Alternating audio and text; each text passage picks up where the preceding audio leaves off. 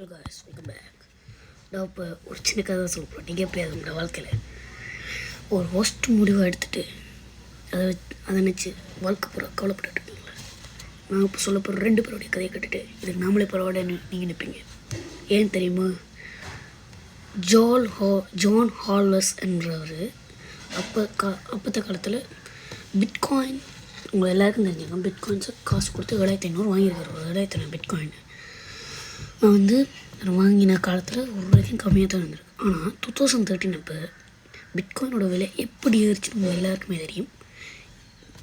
இப்போதைய காஸ்ட்டுக்கு ஒரு பிட்காயினோட விலை 80 லட்சம் ரூபாய் கிட்ட போகுது.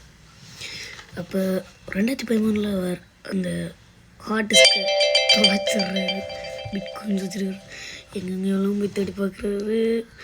என்ன சாஃப்ட்வேர் ரெக்கவர் பண்ணுறாங்கட்டெல்லாம் போய் கேட்டு பார்க்குறாரு, எங்கேயும் அவருக்கு அந்த பிட்காயின்ஸ் கிடைக்கிறதுல அந்த கம்யூனிட்டிக்கும் அந்த நாட்டுக்கும் பெரிய இன்ட்ரெஸ்ட் இல்லை. அவளுடைய அத்தனை பிட்காயின். அடுத்தவரோட கதையை பார்ப்போமா?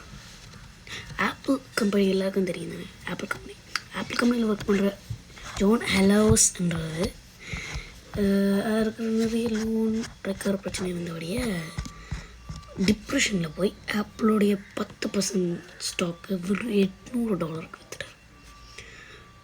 பட் இப்போ அதோடைய மதிப்பு $2 பில்லியன். அன்றைக்கி இப்போ ஒரு உலகத்தில் 10வது பணக்கார இடத்துலேயே வந்திருப்பார்.